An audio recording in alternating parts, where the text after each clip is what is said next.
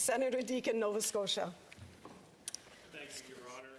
Colleagues, my response to the speech from the throne focuses on one phrase: think big and act bigger, with the goal of building the strongest economy in the G7.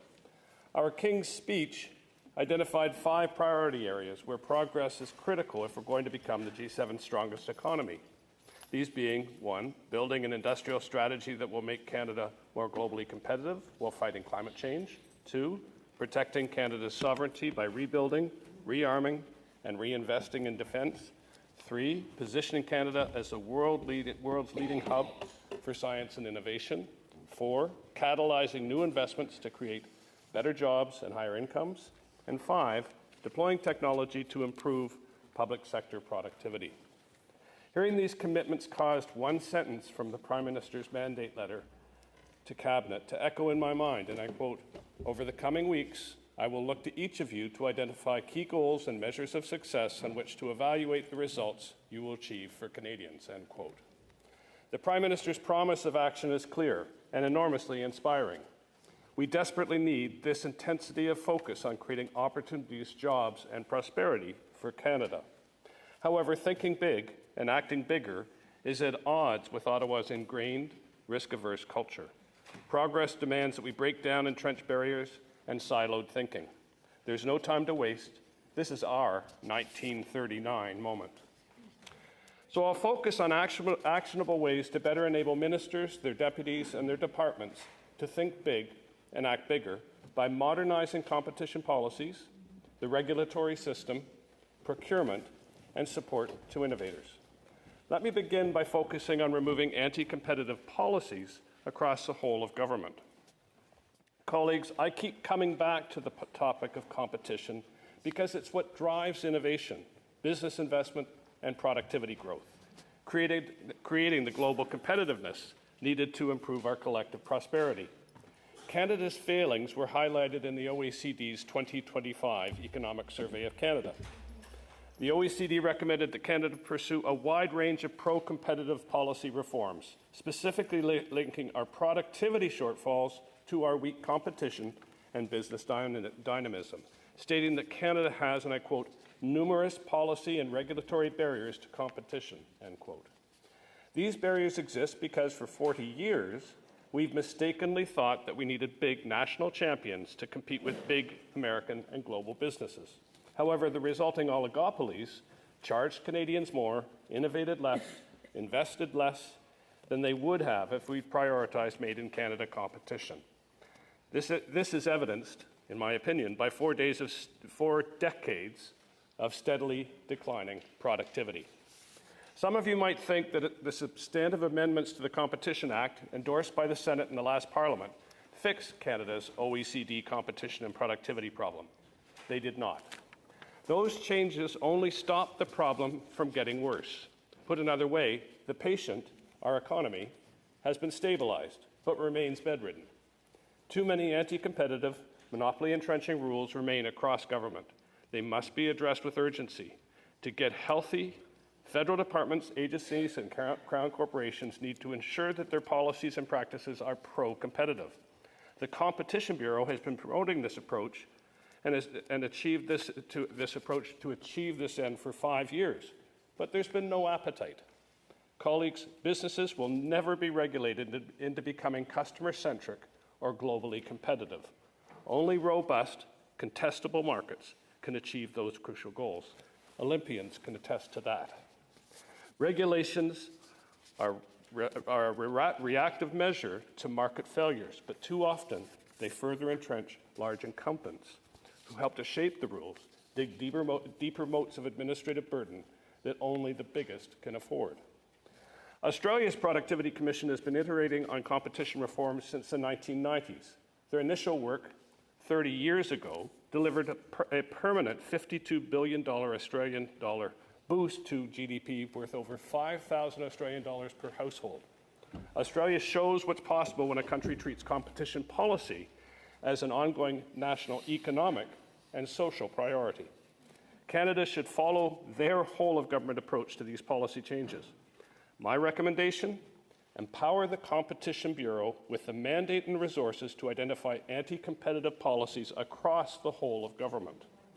Furthermore, let's reduce the risk of short-term political interference in the Bureau's work by making the Competition Bureau and the Competition Commissioner an officer of Parliament. Why is this so important? Because there's an inherent conflict of interest between the mandates of the Competition Bureau and Industry Canada. Most former commissioners have spoken about this quite broadly. And the fact that Canada's oligopolies likely invest more money in lawyers and lobbyists than all their competitors combined is a reason as well. As a law enforcement agency, the Competition Bureau needs to be fully independent, and this is simply not the case when it reports to just Industry Canada rather than all of Parliament. Strengthening competition across all sectors is critical to achieving Prime Minister Carney's ambition to build the strongest economy in the G7. The Prime Minister knows this. As Governor of the Bank of England, he advocated for financial system reforms that increase competition and championed innovations that spread globally, but not yet in Canada. This ties into my second area of focus, improving regulatory agility. Regulations are so important. They're intended to protect consumers, the environment, and the economy. They define how markets function, and if well done, make markets more efficient. But regulations fail to protect when they do not evolve with the risks that they're designed to manage, or when they become so burdensome that innovative new entrants cannot compete because of the resulting costs and complexity. Inefficient and outdated regulatory burden puts sands in the gears of business and our economy. If not addressed proactively, calls for deregulation increase, which is even more damaging. At a political level, there's been no willingness to pass bills designed to update regulation. Case in point, Bill S6 on regulatory modernization. It passed the Senate 2 years ago and died, lonely and forgotten, when Parliament prorogued in January.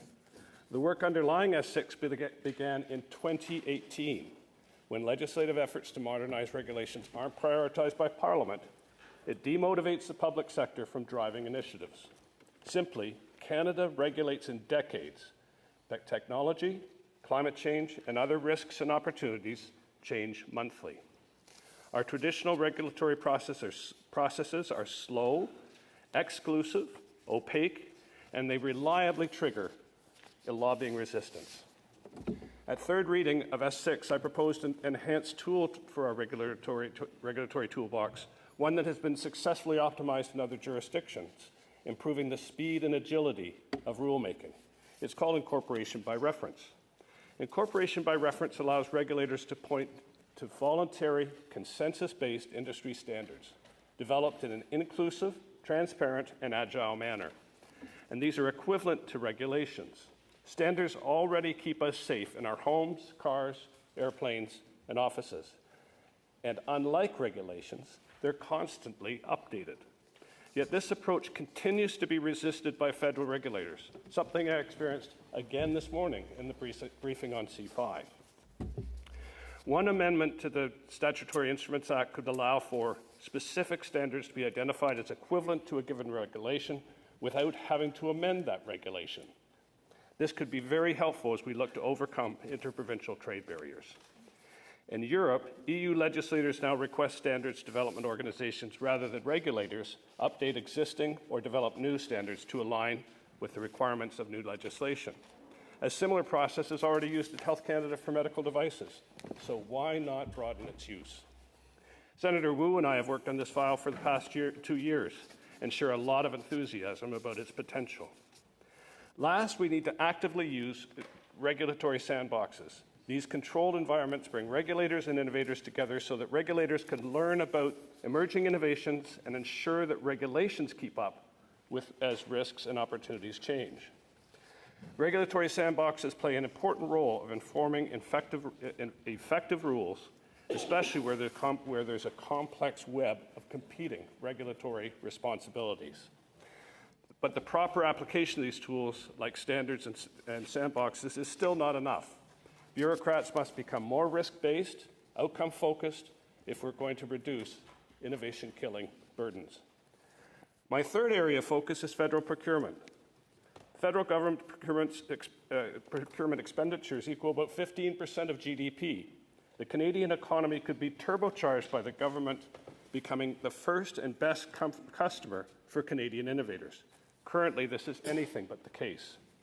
I'm going to paraphrase from the 2023-24 annual report to Parliament from Canada's procurement ombud. He highlighted that creating barriers through excessive rules, overly complicated language, or unclear written evaluation criteria all discourage suppliers from bidding, and that narrows the pool of prospective bidders, making the process less open and less accessible. With the ongoing trade war and the recently announced boost to defense spending, now is the time to transform federal procurement. There's a lot of support. Last year's fall economic statement proposed a Small Business Innovation and Procurement Act with a minimum 20% of goods and services purchased from SMEs and 1% from innovative firms. A similar recommendation was made by our Banking Committee in June 2023 in a report called Needed, an Innovation Strategy for the Data-Driven Economy. And the Council of Canadian Innovators has challenged the government to become the world's best customer for our homegrown innovators. This government has also promised an Office of Digital Transformation to centralize innovation procurement. It is intended, and I quote, to proactively identify, implement, and scale technology solutions and eliminate duplicative and redundant red tape, end quote. With private sector leadership, it might just deliver long-needed digital government progress.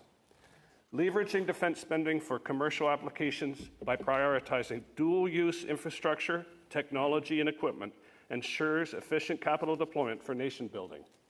Testing programs like Innovative Solutions Canada have been delivering dual-use technologies, and they should be refined, not cut, as they were a year and a half ago.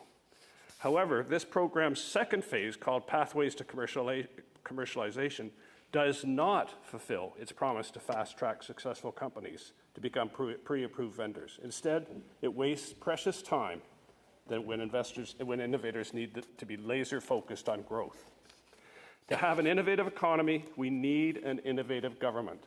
We must find creative ways to bring technology and talent into the public service delivery and disrupt systems that favor incumbents.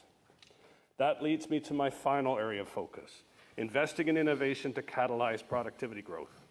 Last summer, my office studied 134 different innovation programs across the federal government. 134. I don't think we found them all. Almost none had key performance indicators. Most had unclear application criteria, and few leveraged arm's-length private sector due diligence. Conversely, this cabinet promises to be laser-focused on levering private sector due diligence and capital.